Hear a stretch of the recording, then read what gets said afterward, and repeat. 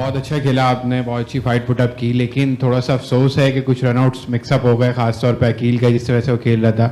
और क्या रीज़न आपको लगता है कि चेज हो नहीं सका, क्योंकि इनिंग्स इतनी लंबी नहीं कर सके?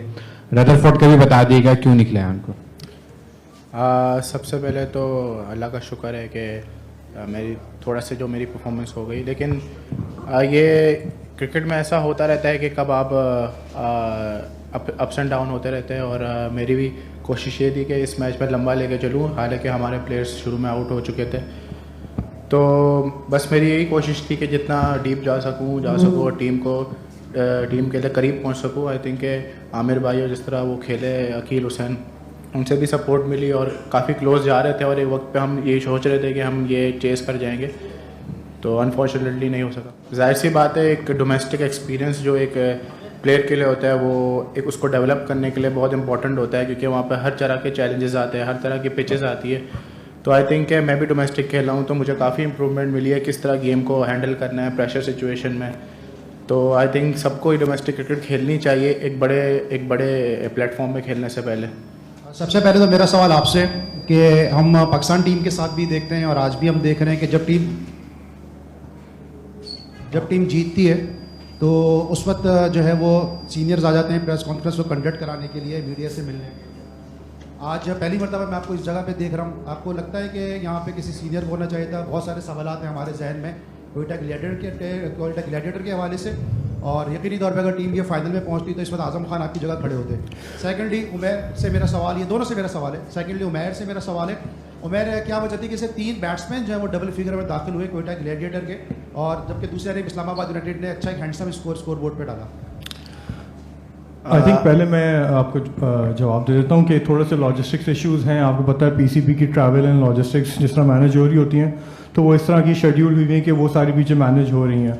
तो आज़म भाई और कुछ फॉरनर्स प्लेयर्स की हमारी ओवरनाइट ट्रैवलिंग है, तो दैट्स वाई वो आ नहीं सके हैं, वो कुछ लॉजिस्टिक्स इश्यूज़ मैनेज कर रहे हैं। दूसरा सवाल आपको उमैर से, तो वो आई थिंक रिस्पॉन्ड करेंगे आपको।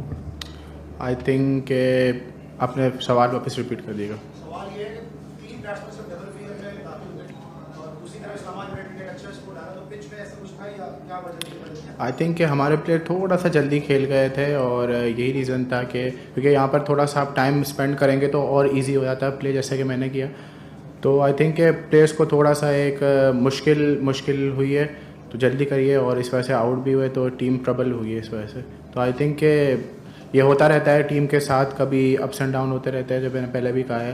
तो इंशाल्लाह अब जो भी इससे एज अ लर्निंग लेनी चाहिए, और मैं भी एज अ यंगस्टर मुझे भी लर्निंग लेनी चाहिए कि इस सिचुएशन में मुझे किस तरह खेलना है और किस तरह टीम को जिताना है। तो अब जब भी मौका मिलेगा तो कोशिश यही है इससे बेस्ट करूँ।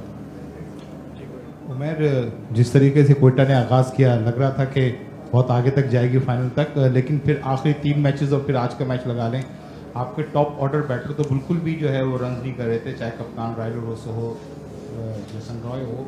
तो सारा प्रेशर नाफे पे या आप पर होता था, और फिर मुश्किल हो जाती क्योंकि आप दोनों भी यंगस्टर हैं, आपके साथ कोई सीनियर नहीं होता था कि इनिंग्स को लंबी लेके चले। जैसे कि अभी मैंने बताया कि थोड़ी सी मिस्टेक हुई है as a top order batsman, वो उनको भी पता है, सबको पता है, मुझे भी पता है। तो आई थिंक नेक्स्ट अब तो नेक्स्ट सीज़न ही आएगा, तो उसमें बेस्ट से बेस्ट कोशिश करेंगे।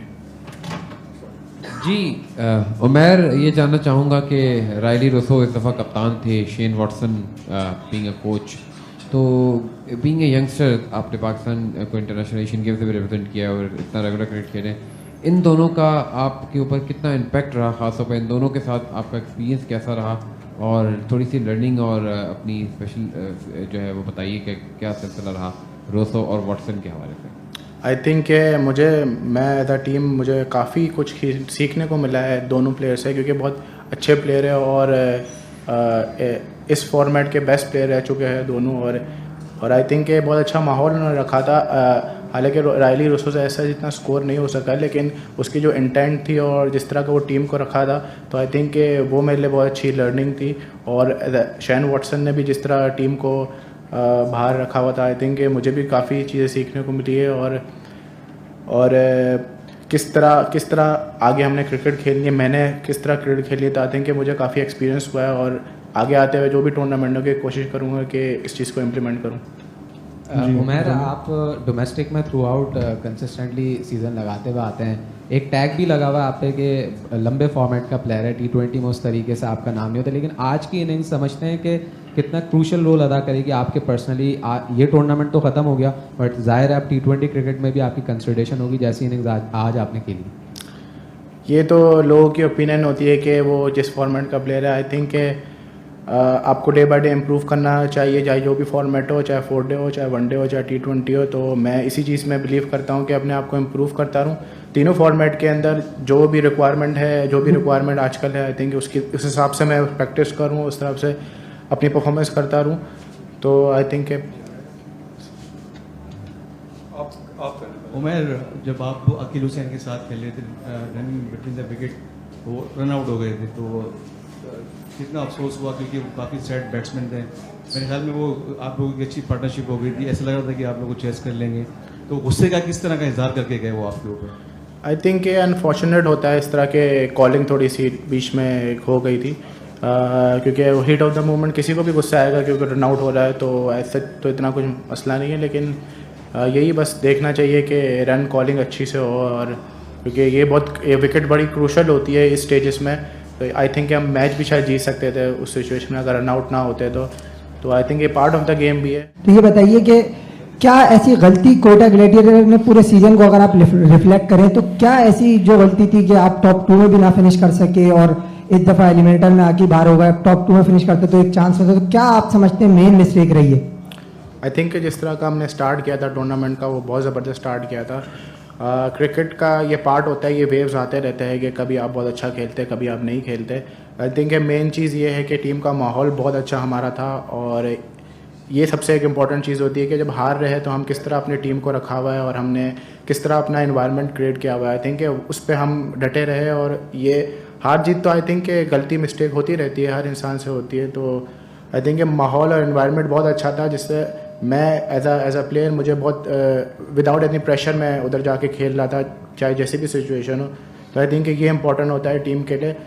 ये तो कमबैक, हम तो अभी तो काफ़ी सीज़न है, तो इंशाल्लाह कमबैक करेंगे। असल पहले आपसे एक चीज़, अली ने जो बात की उसको मैं सेकंड करूंगा, लेकिन ज़ाहिर है आपने लॉजिकल उसका रिस्पॉन्ड दिया है, तो थोड़ा सा एक्सप्लेन कर दीजिए जो कि आपने मिस किया। उज़ैफा का क्वेश्चन था रदरफोर्ड के हवाले से, उसको थोड़ा सा एक्सप्लेन कर दीजिएगा, और शेन वाटसन के हवाले से अपडेट दे दीजिएगा।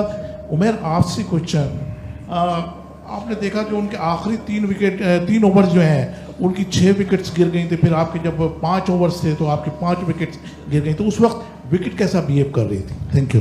आई थिंक पिच तो बहुत अच्छा था, पिच में तो ऐसा कुछ ऐसा तो कोई इशू नहीं है। थोड़ा सा उन्होंने कुछ अच्छे शॉट्स भी मार दिए, इस वजह से स्कोर भी थोड़ा सा हमारा थोड़ा ज़्यादा हो गया, तो और हमने बीच में थोड़ा सा गलत शॉट भी खेल गए। तो आई थिंक ये बस लर्निंग है सबके लिए, और तो इससे ज़्यादा कुछ कर नहीं सकते हम। अच्छा, आपका जो ज़ुबैर भाई आपका जो सवाल था रिगार्डिंग द रदरफोर्ड, तो आई बिलीव कोच की तरफ से था कि जो हमारा एक पिछली 2 मैचेस से जो टीम चल रही थी कॉम्बिनेशन, आई थिंक वो उसी पे स्टिक किया, टैक्टिकल डिसीजन था रादर देन के कोई चीज़ मिस आउट उसमें हुई हो। तो आई थिंक अगर हम मैच जीत जाते तो it could have been like a different thing, लेकिन वो अपनी स्ट्रैटेजी के साथ ही चले, and that's why Laurie Evans was playing उनकी जगह पे as an overseas. Shane Watson, again I told you कि वो कुछ लॉजिस्टिक्स इश्यूज चल रहे हैं, क्योंकि हमारे फॉरेनर प्लेयर्स में वो सारे मूव कर रहे हैं अभी ओवरनाइट ही, तो दैट्स व्हाई आई थिंक कुछ टाइम कंस्ट्रेंट्स की वजह से he couldn't be here. Thank you.